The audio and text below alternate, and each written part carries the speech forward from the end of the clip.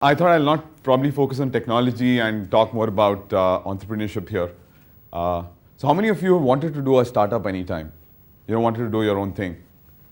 Okay, that's a good enough audience to actually have a talk like this.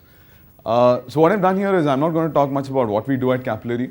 I thought, talk more about some things that helped us in the last 3 years of our journey in building the company up. So, yeah. A quick introduction to Capillary, founded in August 2008 between three of us. All three were hostel mates, wingmates at IIT Kharagpur. Took us about 6-8 months to launch our first product. That was in March 2009. We basically in the big data cloud customer engagement space. Spread across quite a few geographies now: India, UK, Middle East, Singapore, South Africa. About 180 people, about over 50 grads from an IIT or a BITS. A few good logos from where we've picked people. Some awards, mentioned there. About me, basically a BTech in mechanical engineering from IIT Kharagpur. Interestingly, between me and Krishna, who's also a co-founder at Capillary, we founded the eCell at IIT Kharagpur. After that, I spent 2 years making cigarettes at ITC, so a lot in this talk is about. So both of us wanted to start up between Krishna and me, but we never had an idea. A lot of times people actually wait to get that $1 million idea before they start up. We have a slightly different view to it, which is probably what I'll cover as we go ahead. How many of you did not start up because you didn't have that great idea? Anyone here? Yeah. Okay. Yeah. So in terms of starting up, I think primarily I believe that the team is much more important than the idea. Because if you have a good team and if you are willing to bide that time of 2-3 years, you surely come across with a good idea that will work for you. And the best thing to do is always have a very complementary team. And also startups are very difficult. Startups are you see a lot of bad days. You very rarely see good days. So you should have a team where you have a lot of chemistry and the team can push each other up. The other thing that you will see as an entrepreneur, or at least what we saw and what I also hear from a lot of my friends who've started up, is there's a lot of euphoria when you start up. The whole world glorifies you as an entrepreneur and all that. You run 3-6 months like that, and at the end of it you realize, okay, my bank balance is going down now. I don't have money left, and that's when you actually start taking things seriously. One good thing to do is actually stock some cash up so that it works as an initial seed funding. What we see a lot of other startups in India do especially is do a lot of these freelance projects. And that, I believe, I think the largest crunch for any good startup really is resources. And if you're wasting the minimal resources you have in trying to work for others and doing freelance, that's not going to work. Focus is very important, and hence, it's always good to go to, in our case, we actually raised about a 15 lakh loan from IIT. And there are a number of organizations like that which would give you a 15-20 lakhs to run for a year to kind of start up. Yeah. Now coming to the idea bit. So very interestingly, we had none. We really didn't have a clue on what we wanted to do. It was just that both of us quit our jobs and said, let's figure it out as we go ahead. And the next thing that we did was we said, okay, we don't have an idea, but at least let's pick a sector. And about 3 years ago, mobile and retail, mobile has been booming, will boom for another 4-5 years in India, I guess. And organized retail was just happening. So we said, let's do something between these two. And with most young entrepreneurs, not the doctor kinds who spend 20 years trying to figure out an idea, the big problem is you don't know what you want to do. You really don't have an idea right there. Yeah, sorry? I said we don't figure it out, is this what you're saying? No. I mean, you have a PhD behind you, so you know exactly what problem you want to solve. In most of our cases, we don't.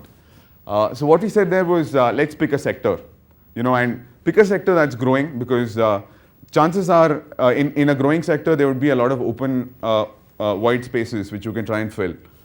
So we picked retail and mobile, something in the intersection of both of them. The other thing that we believe in a lot is something we call as fast failures. So what finally clicked for us was our third idea. The first thing that we did was we tried to do a comparison shopping service. We went and spoke to retailers and they said, if you have 1 lakh members visiting the site every month, then we'll pay you money for it. But getting 1 lakh members visiting the site every month is a big deal. The second thing we did was we tried doing something around traffic, trying to get traffic information to customers real time. And we tied up with the Calcutta traffic police, and the technology side was done, but again, we didn't know how to monetize it. So finally, we figured this idea while talking to a lot of retailers that, why not run the entire customer engagement thing, which is basically instead of giving you loyalty cards, can we move everything onto the mobile and also predict a lot of stuff, like how Anuj said, if I can talk to a vegetarian customer of Pizza Hut, let's say, or about a vegetarian pizza, and if I know that she typically orders during lunch on a Saturday for kids, so can I time all this, predict all this, and talk to her about it then? That's kind of what we do. The other thing which I think is very important, especially in the Indian context, where everyone wants to give you support, is talk to relevant people.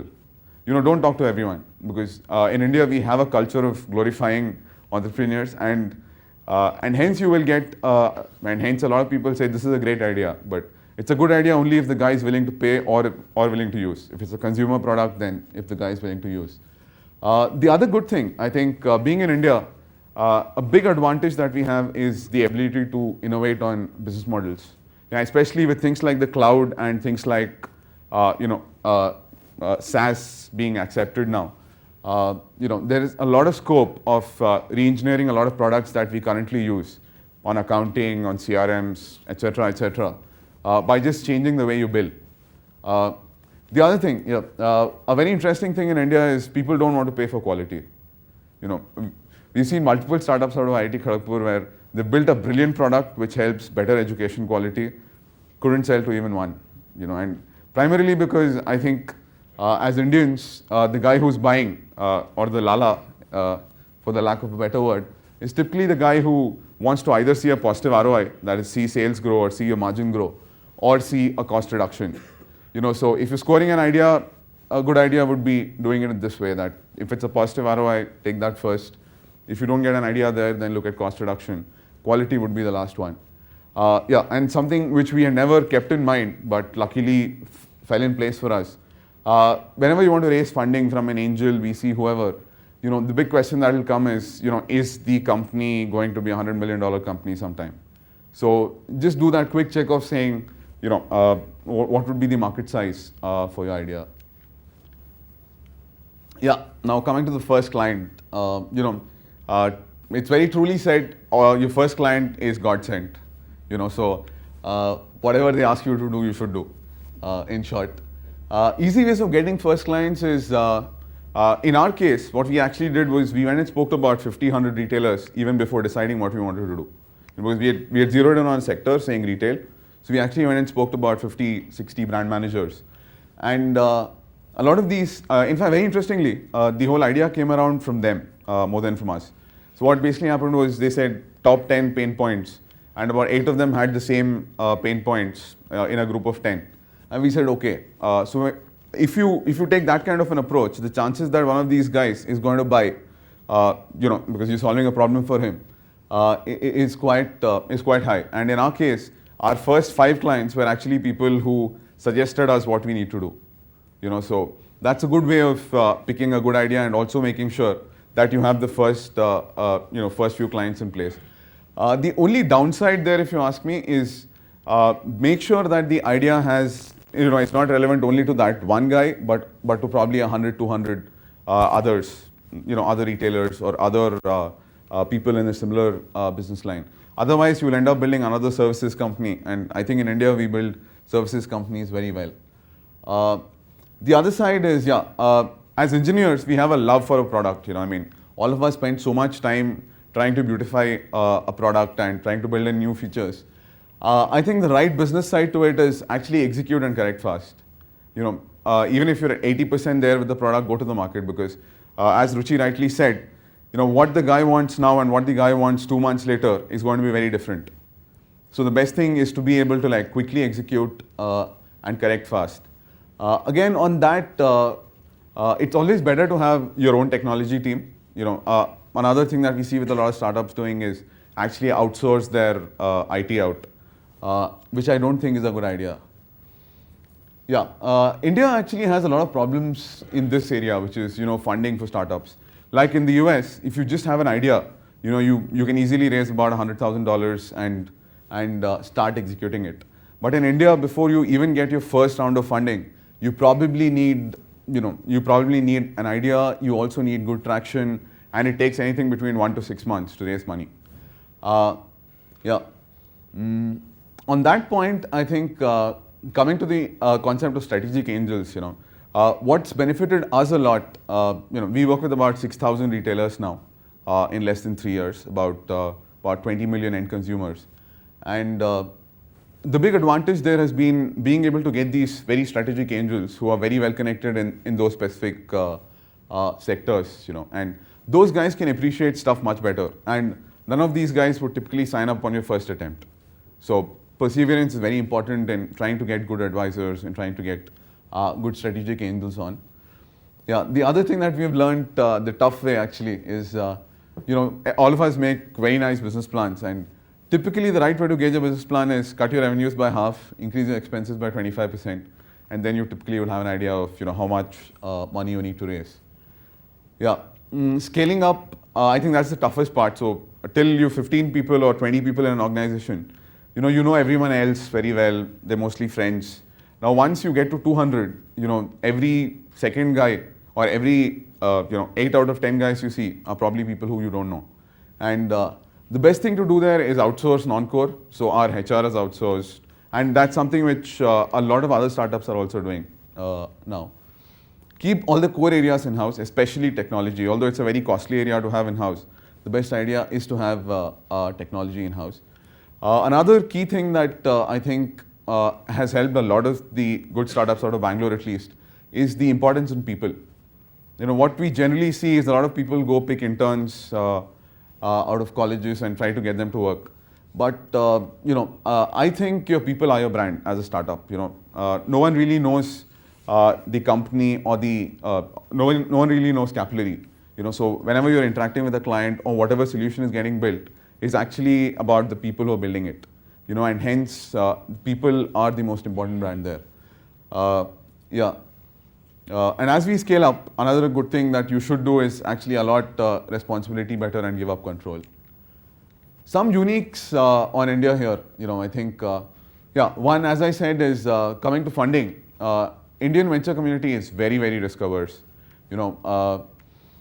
And I think as more startups graduate, you'd only see a higher bar for raising funds at each round. Also coming to the people side of things, I think as people, in fact, we've had tremendous pain in recruiting people, primarily because as Indians, we want a safe salary all the time. More than, even when I kind of wanted to start up, my parents are doctors, and my dad freaked out, that why is this guy leaving a good cushy ITC job, and why is he like taking all this risk? In fact, one very interesting this thing there. So we were interviewing this guy from IIT Kharagpur again, and so he said yes to join us, and then his parents basically told him that, look, if you join a startup, your value in the Tamil marriage market will fall down.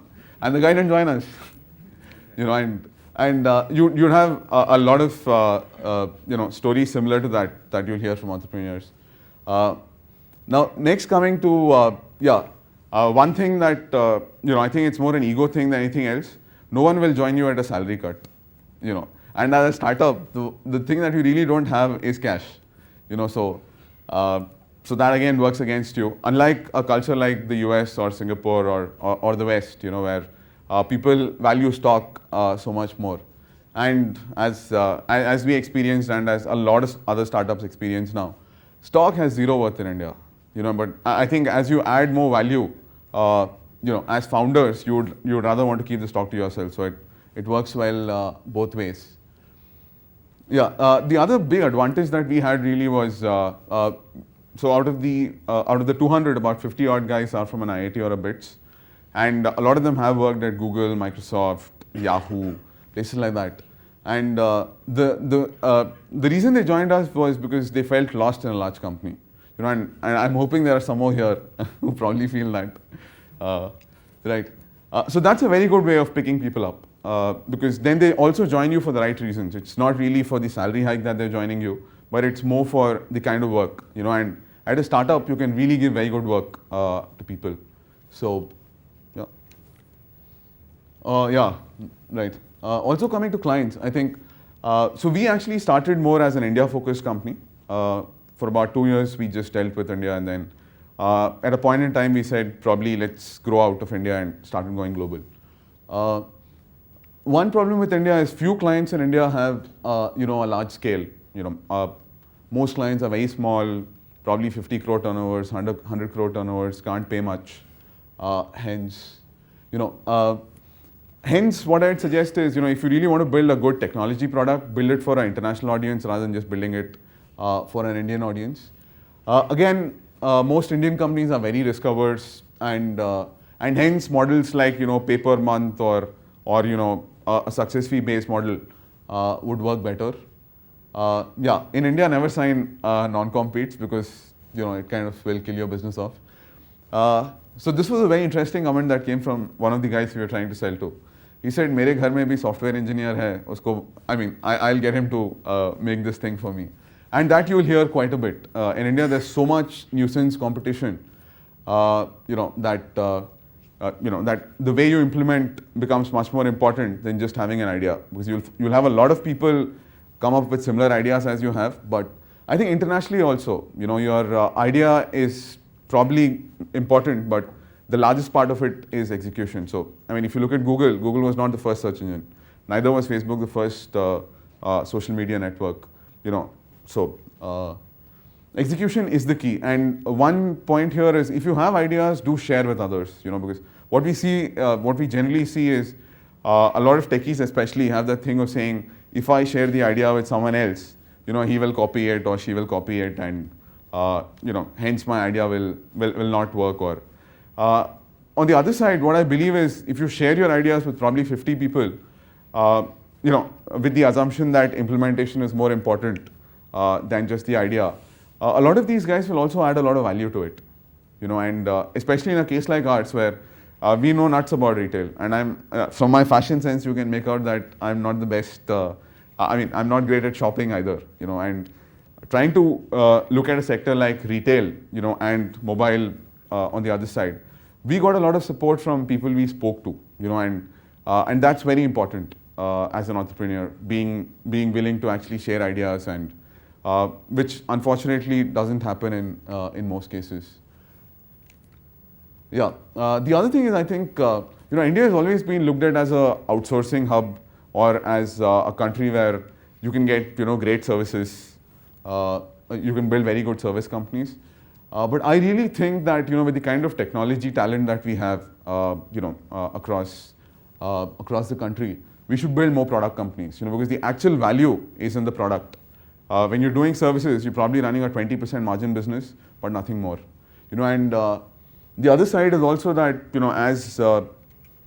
as countries like Philippines, Africa, and things like that build up, I don't think and as cost factors are better there, people will surely move. Like if you look at the BPO space, now Philippines is larger than India as in the BPO space. And if as a country we were to just stick on software services, IT services, I don't think there's a great future there. So I believe more of us should get out of there and start looking at building product companies on the software or the hardware side, because that's where the actual IP and that's where the actual innovation is. Yeah. Also, with things like the cloud coming up, sitting in India, you could really serve anyone, anywhere in the world, even on a good technology product. And also with the recession coming, I think one thing that's also helped us a lot in growing global is that there's a good negative sentiment out there, and people are willing to try more stuff rather than meeting their yearly numbers just with normal growth that would have happened otherwise. As I said, the world is moving towards managed services. So no one wants to really buy software and then maintain it and all that. So probably everything will move to a cloud, and that I believe is a huge opportunity, for all kind of for techies like us to build good technology products and have them on the cloud and sell to the rest of the world. Some great Indian product companies with international spread. There's Fusion Charts, Dhruva, Manthan Systems. There are a bunch of them. All of them are less than 3-4 years old, and all of them have a number of clients, globally. So, and I hope we'll have some from this room also starting up, good international product companies. Yeah, that's it.